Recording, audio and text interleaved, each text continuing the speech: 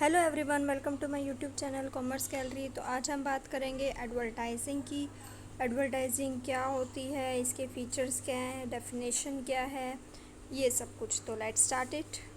Firstly हम देख लेते हैं। अब हमने देखा है जो हमारा कस्टमर है, कोई भी बिज़नेस हो, हर एक बिज़नेस का मेन फोकस क्या रहता है कि उसके कस्टमर्स को सेटिस्फाई करना। कस्टमर सेटिस्फाई रहेंगे तभी उसका सेल बढ़ेगी, प्रॉफिट बढ़ेगा तो उसका बिज़नेस ग्रो करेगा। तो मेन सेंट्रल पॉइंट क्या रहता है हर एक बिज़नेस का? कस्टमर। तो लेकिन आज के टाइम में क्या हो रहा है कि जो हमारा प्रोडक्शन है, पहले क्या होता था कि जो प्रोडक्शन किया, जैसा भी जिसने भी बिज़नेस ने प्रोडक्शन कर दिया, सेल हो जाएगा। बट आज के टाइम में बिल्कुल उसका अपोजिट है। मतलब प्रोडक्शन करना तो इजी है, बट कस्टमर को उसे बेचना, कस्टमर को हमारे प्रोडक्ट की तरफ अट्रैक्ट करना, कस्टमर को सेटिस्फाई करना, ये सब मुश्किल है। तो इसलिए सेलर को बहुत सारे एफर्ट्स करने पड़ते हैं ताकि वो कस्टमर को अट्रैक्ट कर सके अपने प्रोडक्ट की तरफ, उनको परसुएड कर सके कि वो हमारे प्रोडक्ट को परचेज़ करें या हम जो सर्विस अवेल करा रहे हैं उन्हें वो सर्विस लें। तो ये सब ज़रूरी है, इसलिए एडवर्टाइजमेंट का यूज़ किया गया। एडवर्टाइजिंग क्या है? ये इम्पोर्टेंट मीन्स है ताकि जिसके थ्रू हम अपने कस्टमर्स को, जो हमारे प्रेजेंट कस्टमर है प्लस जो हमारे पोटेंशियल कस्टमर्स हैं, उनको इन्फ्लुएंस कर सकें।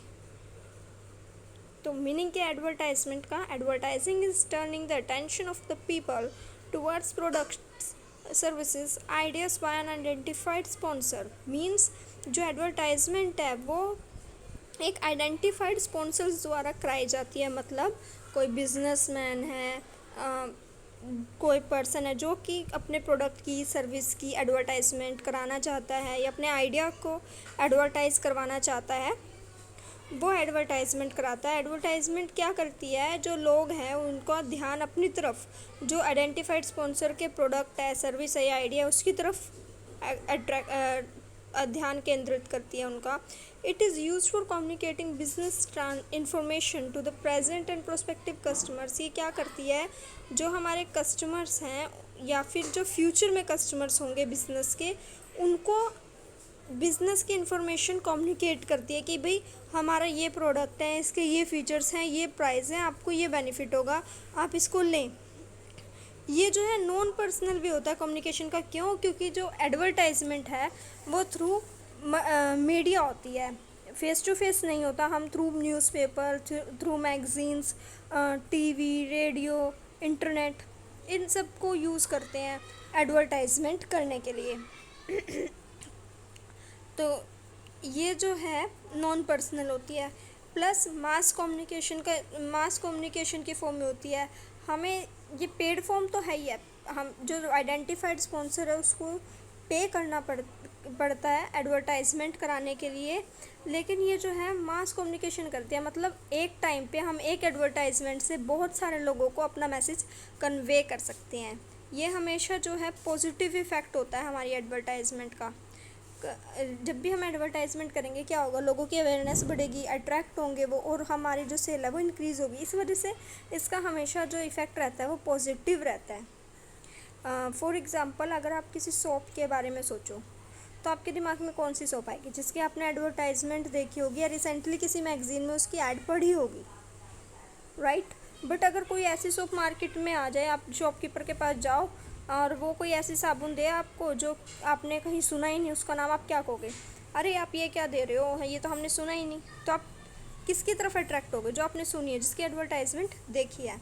तो इसलिए इसका पॉजिटिव इफ़ेक्ट रहता है। ये हमेशा मास मीडिया के थ्रू होती है, जैसे हमने देखा ही है, टीवी, न्यूज़पेपर, रेडियो, इंटरनेट, ये सब कुछ। तो आई होप आपको एडवर्टाइजमेंट का मीनिंग क्लियर हुआ होगा। उसके बाद डेफिनेशन की बात करते हैं। वेल नोन ऑथर है फिलिप कॉटलर, उन्होंने दिया है एडवर्टाइजमेंट के बारे में अपनी डेफिनेशन क्या है वो। Advertising is non personal form of communication conducted through paid media under clear sponsorship. Means कि advertisement non personal form communication है। हमने अभी पढ़ा कि जो एडवर्टाइजमेंट है वो फेस टू फेस नहीं होती, नॉन पर्सनल होती है। पर्सनली हम किसी को कम्युनिकेट करने नहीं जाते हैं।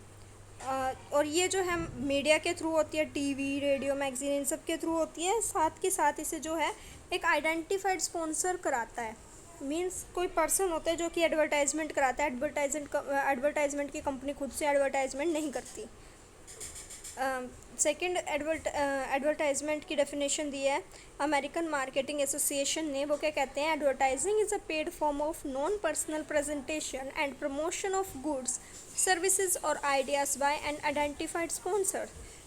ये भी सेम है कि एडवर्टाइजमेंट पेड होती है, हाँ हमें पैसे पे करने पड़ते हैं एडवर्टाइजमेंट के लिए, नॉन पर्सनल होती है। प्लस किस लिए की जाती है, हमारे गुड्स सर्विसेज या आइडियाज़ की प्रमोशन के लिए की जाती है। ये गुड सर्विस आइडियाज़ किसके होते हैं, आइडेंटिफाइड स्पॉन्सर के। और एडवर्टाइजमेंट भी कौन कराता है, आइडेंटिफाइड स्पॉन्सर ही कराता है।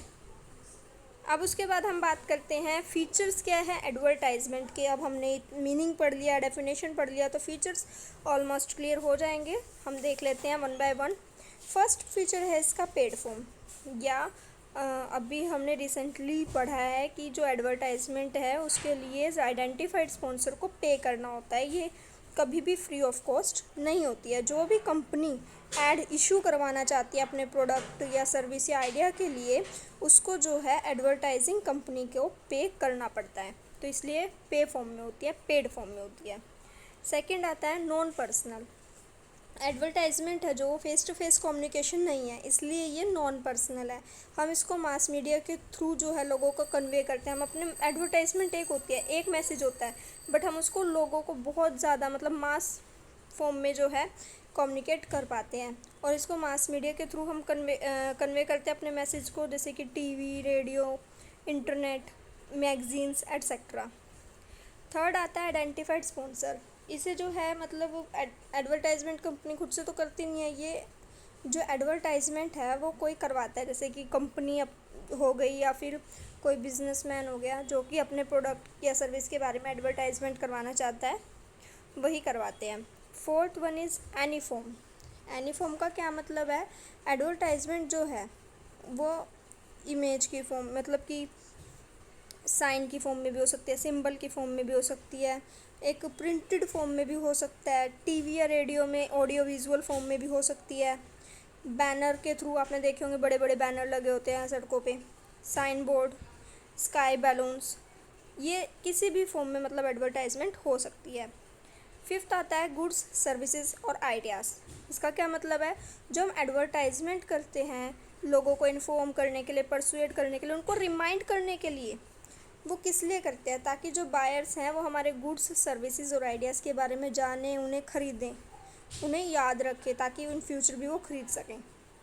और जो हमारी एडवर्टाइजमेंट है वो कई बारी आइडियाज़ कैसे हो सकते हैं, जैसे कि ब्लड डोनेशन का आइडिया, आई डोनेशन का आइडिया, ट्री प्लांटेशन का, वाटर कंजर्वेशन का, मतलब जो सोशली किए जाते हैं वो चीज़ें।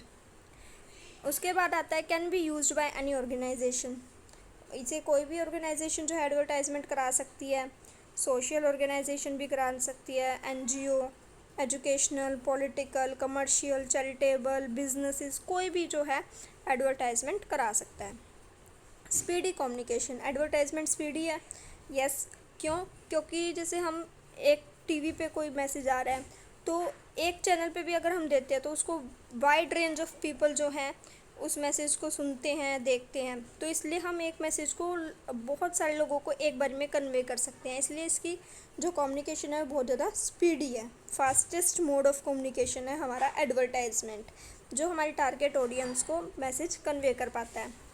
उसके बाद आता है मास कम्युनिकेशन। मास कम्युनिकेशन का मतलब होता है लार्ज ग्रुप ऑफ पीपल को या फिर पर्सन्स को at the same time message को कन्वे करना, जो कि हम एडवर्टाइजमेंट के थ्रू करा सकते हैं, जैसे कि टेलीविज़न, न्यूज़पेपर, मैगज़ीन, वेबसाइट वगैरह के थ्रू।